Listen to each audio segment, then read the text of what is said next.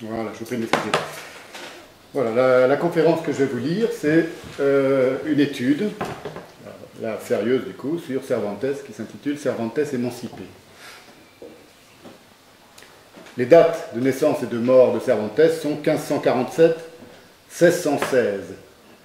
Or, Cervantes et Shakespeare meurent la même année, en 1616 donc. Shakespeare a inventé, vous le savez, ce qu'on appelle en anglais the play within a play, la pièce à l'intérieur même de la pièce.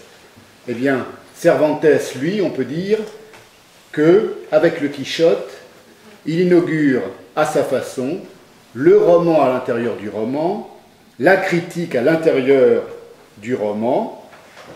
Ainsi, Samson et Sancho commentent l'erreur de l'auteur, donc c'est carrément une vraie critique à l'intérieur intégrée au roman, concernant la disparition de l'âme de Sancho dans la première partie.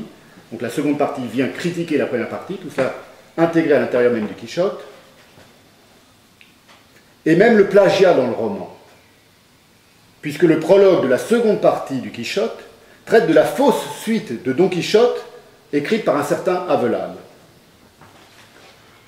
Ouvrez les guillemets.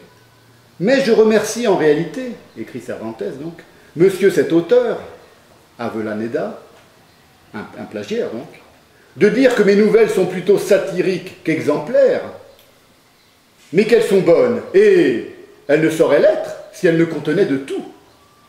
Ainsi peut-on dire, en reprenant l'expression même de Cervantes, que le Quichotte contient de tout. Et ce dont je vais vous parler ce soir, c'est de ce tout-là. Don Quichotte est une critique comique, donc radicale, de l'Inquisition, d'autant plus opaque qu'elle est transparente. Ce n'est pas un hasard si l'un des ouvrages qui échappe à l'autodafé du début du Quichotte, lors de l'incendie de la bibliothèque de Don Quichotte par le curé et le barbier, est précisément la Galatée de Miguel de Cervantes. En se réfugiant à l'intérieur de sa propre création, tel un papillon au cœur d'un presse-papier de cristal, Cervantes se sauve avec finesse de la lourdeur inquisitoriale de son temps. Faut-il vous préciser que cette lourdeur, en sa substance même, en tant qu'elle est l'absence d'humour en soi, est de tous les temps, et donc aussi, évidemment, de notre temps. Le Don Quichotte lisant de Daumier fourmille d'enseignements à ce propos. De prime abord, la figure apparemment spectrale de Don Quichotte pourrait l'assimiler à un cadavre. Regardons mieux. On remarque que ce long homme tranquille est comme une marionnette de papier mâché.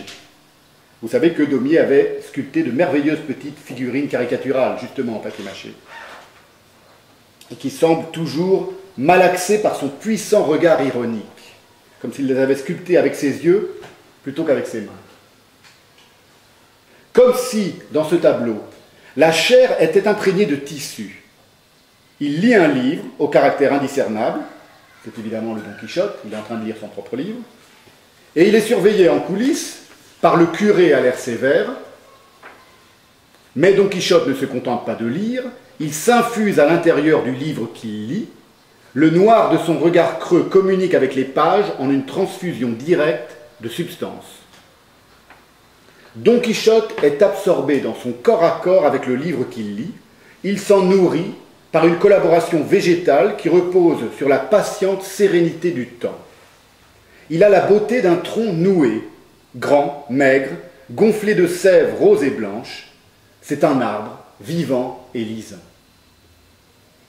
Cervantes n'a cessé d'employer la technique de la lettre volée, utilisant la transparence comme un subterfuge imparable, celui de la dissimulation au carré. La dissimulation se dissimulant elle-même comme telle, associant d'ailleurs la fragilité du vers au raffinement invisible de la pensée dans une de ses nouvelles qui s'intitule Le licencié de vers, ou bien plaçant entre les lèvres d'Urgande la déconnue, la fée qui est méconnaissable et qui apparaît dans le Quichotte. Ce conseil donné au livre lui-même, juste après le prologue, « Dis-toi bien que c'est folie, lorsque le toit est de verre, de prendre des pierres en main pour les lancer aux voisins. » Il faut comprendre cette phrase, ce conseil de la fée Urgande la déconnue à Don Quichotte lui-même, comme une leçon sur la transparence et sur la dissimulation à l'intérieur même de la transparence. Pour le dire en une formule, Don Quichotte, le personnage, est l'armure mystique de Cervantes. Vous savez que Cervantes a été prisonnier des Turcs après la bataille de Lépante, où il perdit la main gauche pour la gloire de la droite, dit-il. 5 ans, il fut prisonnier au bagne d'Alger. Eh bien, c'est comme s'il semblait se venger de ces avanies. Vous savez que les avanies, au départ, c'était les rançons que les Turcs infligeaient aux chrétiens qu'ils avaient fait prisonniers. Donc, on a l'impression que Cervantes se venge des avanies qu'il a subies sur Don Quichotte, sur son propre personnage, qu'il traite exactement comme son propre esclave, son galérien, sa marionnette, indéfiniment manipulée. Don Quichotte naît El ingenioso hidalgo, l'hidalgo ingénieux, si vous voulez, quand ce qu'il est l'engin de Cervantes, qui est, lui, l'ingénieux. C'est-à-dire que ingenio, en espagnol, signifie à la fois le génie, l'esprit et la machine, l'engin. Donc l'un est l'engin du génie de l'autre, si vous préférez. Comme si Cervantes avait exorcisé ses années de bagne en inoculant leur poids de servitude à son propre héros. Ainsi, le Quixote désigne-t-il dans le harnais la pièce qui couvre les cuisses. Don Quichotte est harnaché par Cervantes. Cervantes en a fait sa máquina de sangre, sa machine de sang, surnom que les Espagnols donnaient aux bêtes de somme. Le Don Quichotte de Munich, de Daumier, au visage rougeoyant comme une fiole de sang, confirme d'ailleurs que la vitalité de Cervantes s'est toute condensée dans la caboche de Don Quichotte. L'ingénieux, substantiellement, est aussi un ingénu. Ingénu, étymologiquement, ça signifie quelqu'un qui est né libre. Il recèle en lui une liberté originelle, élective, qui lui permet de surmonter les pires volontés d'asservissement. Ce que Gracian, autre génie espagnol, autre ingénieux d'Espagne, nomme les ingénieuses transpositions, dans la pointe ou l'art du génie. Gracian écrit « Cette catégorie de traits est l'une des plus agréables que l'on puisse observer. Son artifice consiste à transformer l'objet et à le convertir en le contraire de ce qu'il paraît être. Profonde création de l'imagination et alchimie du génie. » écrit Gracian. Gracian ne cite au demeurant Cervantes qu'une fois, dans la pointe, anonymement. Il écrit « Quelqu'un corrigea et modifia des vers du commandeur Escribas, éminent génie valencien. » Il parle du commandeur Escribas, il ne parle pas de Cervantes. Donc, Cervantes apparaît, mais dissimulé à l'intérieur même de la pointe, ouvrage fameux de Gracian. C'est dans le chapitre consacré aux traits d'esprit par propositions extravagantes. Et il évoque également un passage du Quichotte où il est question de l'enlèvement par Don Clavijo. Clavijo, ça signifie en espagnol la cheville, le rivet. Clavo, c'est le clou.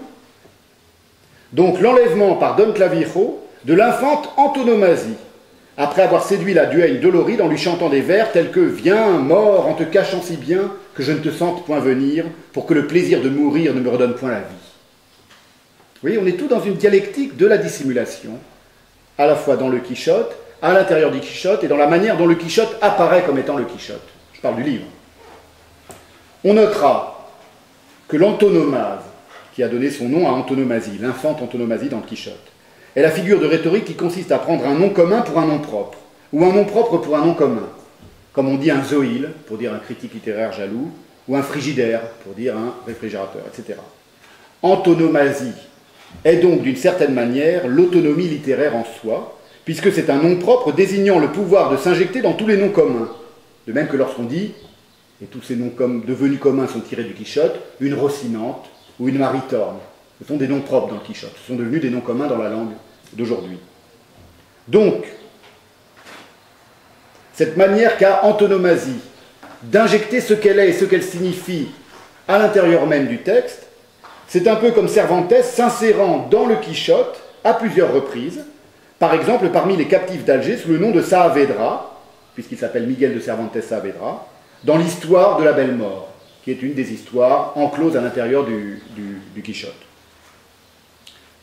La mort, avec un M majuscule, qui est le destin commun de chaque nom propre, aimerait clouer l'antonomase qui lui échappe pourtant par essence. Par une sorte de roc, qui est une figure aux échecs, qui consiste, afin de protéger le roi qui est menacé du jeu d'échecs, à lui faire changer de place avec la tour, mais en décalant d'une case cette transmutation. Au croquet, vous allez voir en quoi consiste le mouvement de rock de Cervantes. Dans le jeu de croquet, le rock, ça consiste à placer une boule au contact d'une autre pour les pousser toutes deux ensuite d'un seul et même coup. Étymologiquement, le rock, c'est en persan un éléphant monté. Et rappelez-vous que je vous ai dit depuis le début que Cervantes, d'une certaine manière, était le Cornac de Don Quichotte. Il utilise Don Quichotte comme sa machine de sang, comme sa bête de somme. Par une sorte de roc, donc, disais-je, entre le propre et le commun, en se métamorphosant en un de ces personnages, Cervantes atteint l'immortalité qu'il leur a lui-même conférée. Commentant le mot fameux de Cervantes concernant son amputation de la main gauche pour la plus grande gloire de la droite, puisqu'il allait ensuite écrire le Quichotte, Gracian écrit « Tout grand génie est ambidextre, discours sur deux versants, et là où il n'y a point de place pour le rapport d'égalité, il prend la voie contraire et met en relief la disparité ingénieuse. » Marqué par ces années d'entrave, Cervantes a inventé une machine romanesque à mouvement perpétuel. Et nulle définition ne convient mieux au Quichotte que celle de chaos, machine et labyrinthe de choses par laquelle Cervantes désigne une bagarre généralisée dans une taverne. L'ironie extrême de Cervantes, dans le prologue au lecteur, ne doit pas empêcher de le prendre aussi à la lettre et donc très au sérieux. Cervantes écrit « Lecteur oisif, tu me pourras bien croire sincèrement, j'aurais voulu que ce livre, comme fils de l'entendement, eût été le plus beau, le plus gaillard et le plus ingénieux que l'on eût pu imaginer.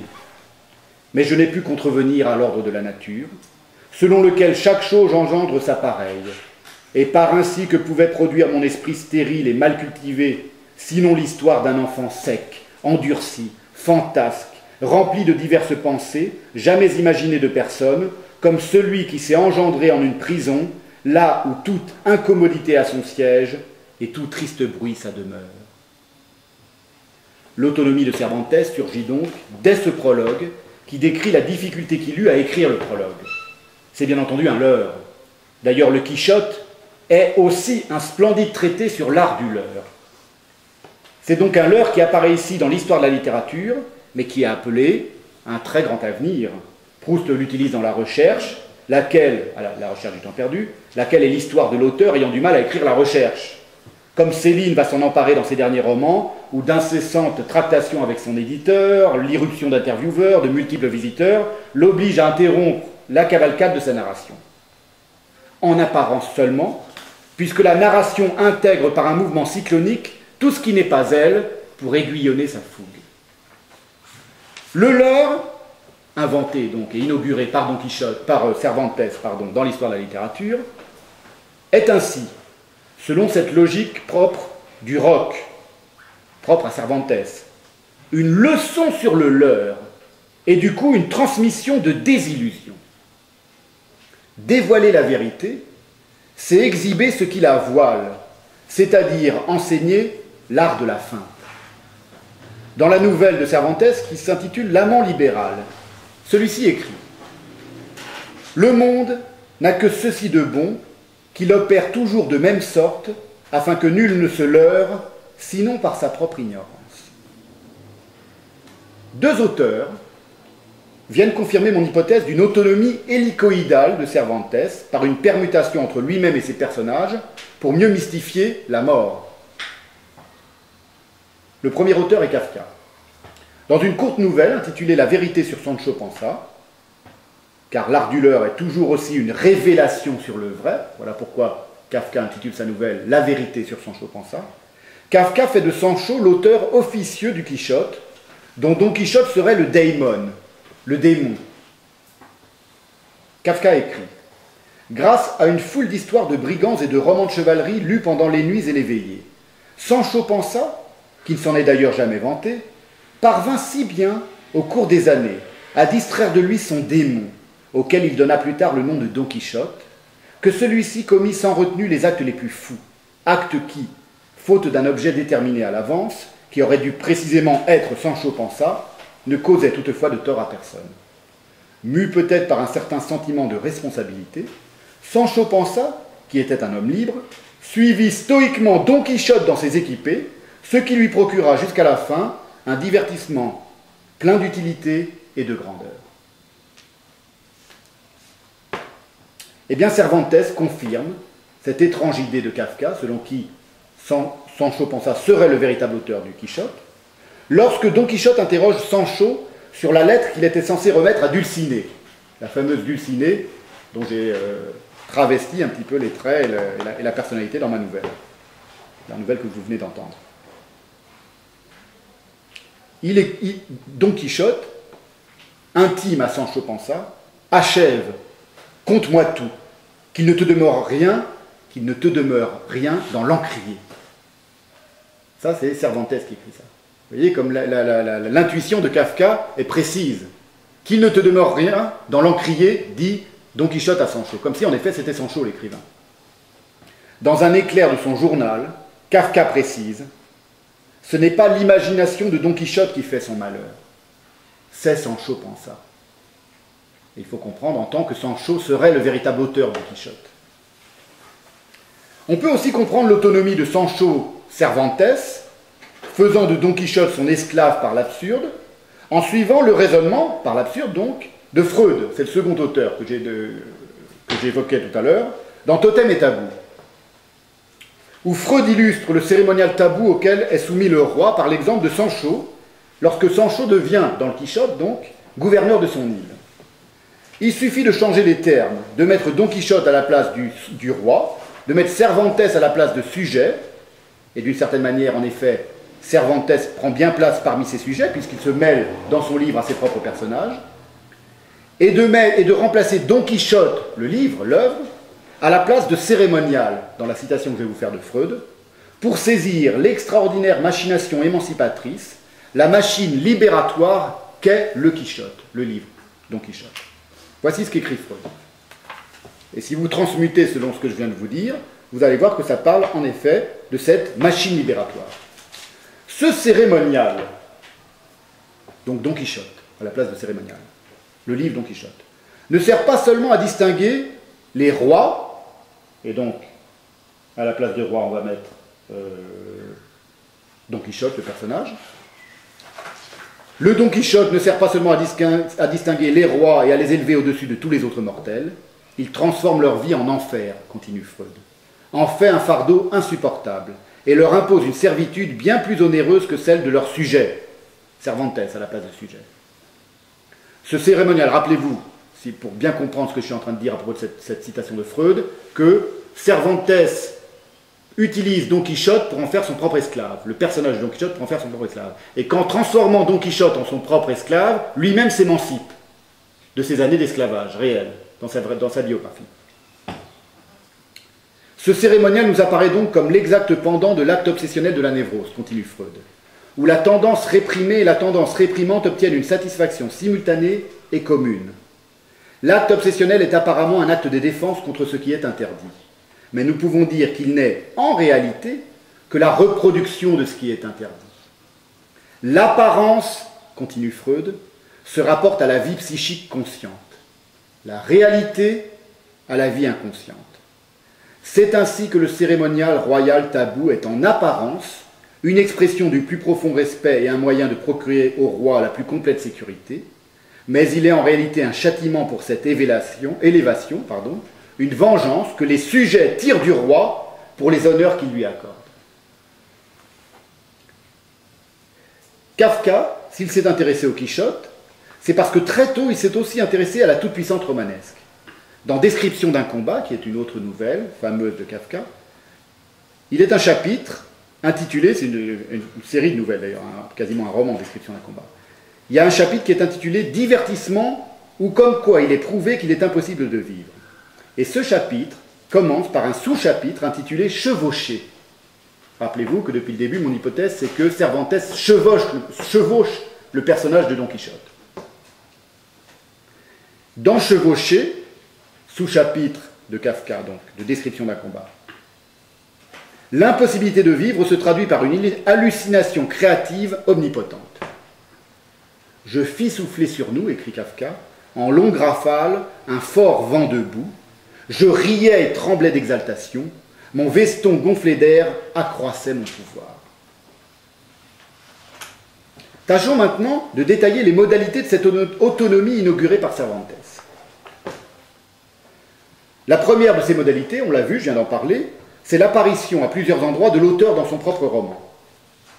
Il y a une autre forme de l'autonomie qui consiste en des césures dans la narration, à divers endroits du Quichotte, des mises en suspens de l'action qui démontrent comme les rênes sont fermement tenues par Cervantes, libre de toute obligation conventionnelle à l'égard de son lecteur. Ce qu'indique le curé au moment de l'autodafé, justement, lors d'une de ses épiphanies de Cervantes. Le curé dit, dans le Quichotte, « Il y a bien longtemps que ce Cervantes est mon ami, et je sais qu'il est plus versé en infortune qu'en vers. Son livre a je ne sais quoi de bonne invention, il propose quelque chose et ne conclut rien, il faut attendre la seconde partie qu'il promet. » Ou encore, autre apparition de Cervantes à l'intérieur du Quichotte, lors du duel entre Don Quichotte et le Biscayen, entre la première et la seconde partie du Quichotte. Mais toute la finesse de l'histoire est qu'en ce point, l'auteur laisse cette bataille en suspens, s'excusant sur ce qu'il n'a trouvé autre chose d'écrit des hauts faits de Don Quichotte, sinon ce qu'il en a rapporté jusqu'ici. La pseudo-découverte de la seconde partie du Quichotte dans la juiverie de Tolède constitue aussi, bien entendu, une troisième forme de l'émancipation. Cervantes écrit « Comme j'étais un jour dans la juiverie de Tolède, survint un jeune garçon qui voulait vendre certains registres et vieux papiers à un marchand de soieries. Et, comme je suis affectionné à lire, jusqu'à des papiers déchirés qui se trouvent par les rues, étant mu de cette mienne naturelle inclination, je pris un des registres que ce garçon vendait et le vis avec des caractères que je reconnus être arabesques. » Il faut dire à ce propos que l'écriture de Cervantes dans une lettre où il réclame une enquête sur sa captivité évoque de manière troublante des arabesques, c'est-à-dire une écriture arabe. À ce sujet encore, l'hypothèse d'une ascendance juive de Cervantes, dont un ancêtre fut marchand de tissus à Cordoue, métier marchand de tissus et ville, Cordoue, de conversos, donc de juifs convertis au catholicisme en Espagne, est séduisante mais improuvable, et surtout strictement biographique, donc superficielle par définition, lorsqu'il s'agit d'interpréter une œuvre où la vie et l'imaginaire s'intriquent aussi subtilement. Le seul intérêt de cette hypothèse, donc selon laquelle Cervantes serait d'origine juive, consiste à révulser les spécialistes, comme l'exprime judicieusement l'écrivain William Byron dans sa biographie de Cervantes. Les ancêtres de Cervantes étaient-ils donc juifs ? Demande Byron. La question paraît rendre nerveux nombre de chercheurs, comme si l'idée avait quelque chose de peu ragoûtant. Il en est beaucoup qui, alors qu'ils acceptent d'autres faits obscurs mais importants touchant la vie de Cervantes, en se fondant sur moins de preuves ou pas du tout, se refusent à accepter celle-ci.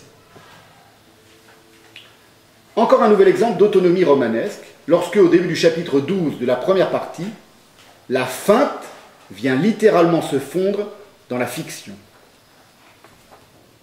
Cervantes écrit « Cid Hamet ben Engeli, auteur arabe et mancheg, raconte en cette brave, pompeuse, modeste, douce et ingénieuse histoire qu'après que le fameux Don Quichotte de la Manche et Sancho Panza, son écuyer, eurent tenu les discours qui sont rapportés à la fin du chapitre 21e, Don Quichotte, levant ses yeux, vit venir par le chemin, etc., etc.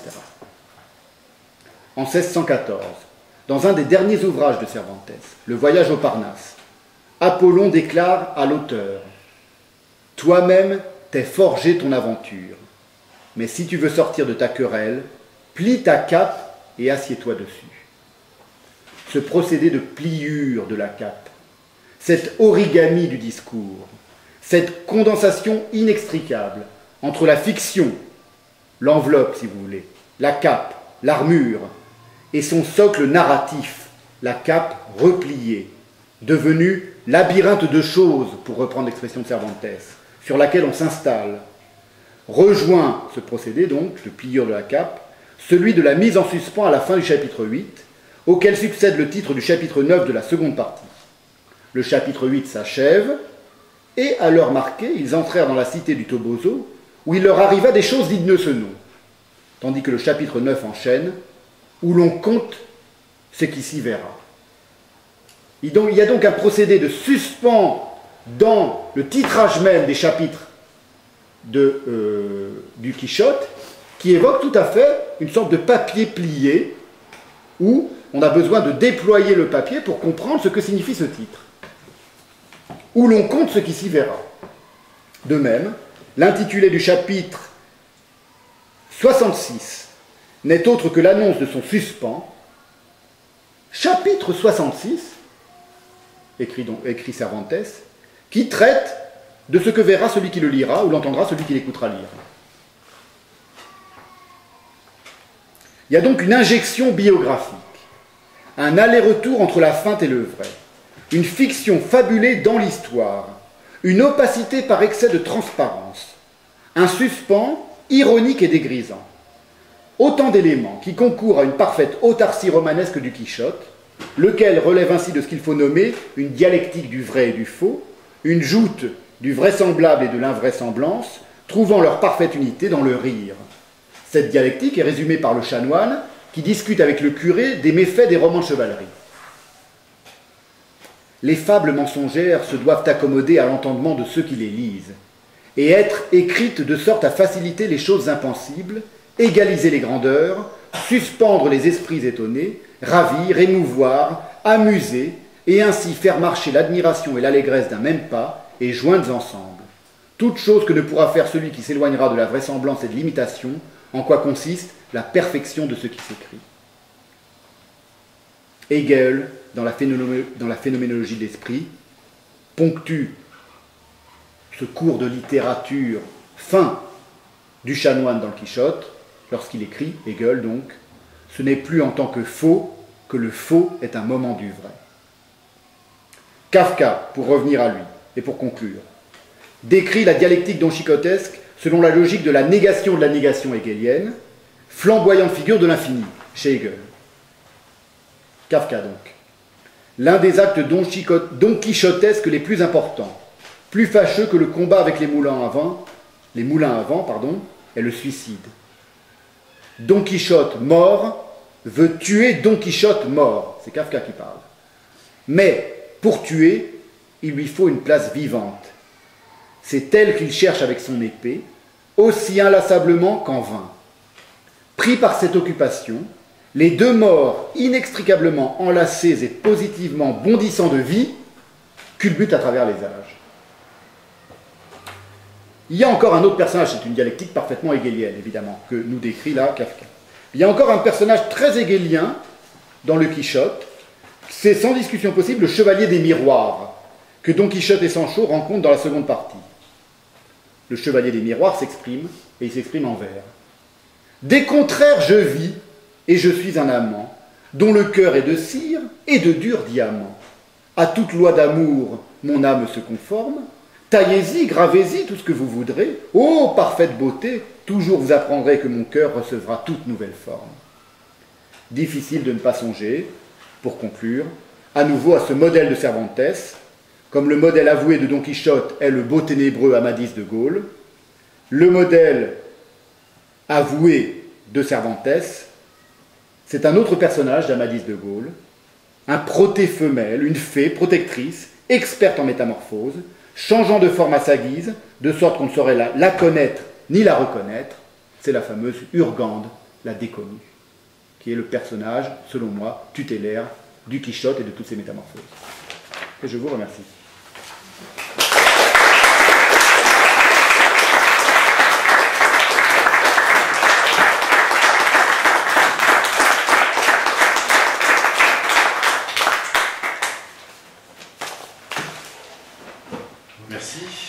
Merci Stéphane. Merci à vous.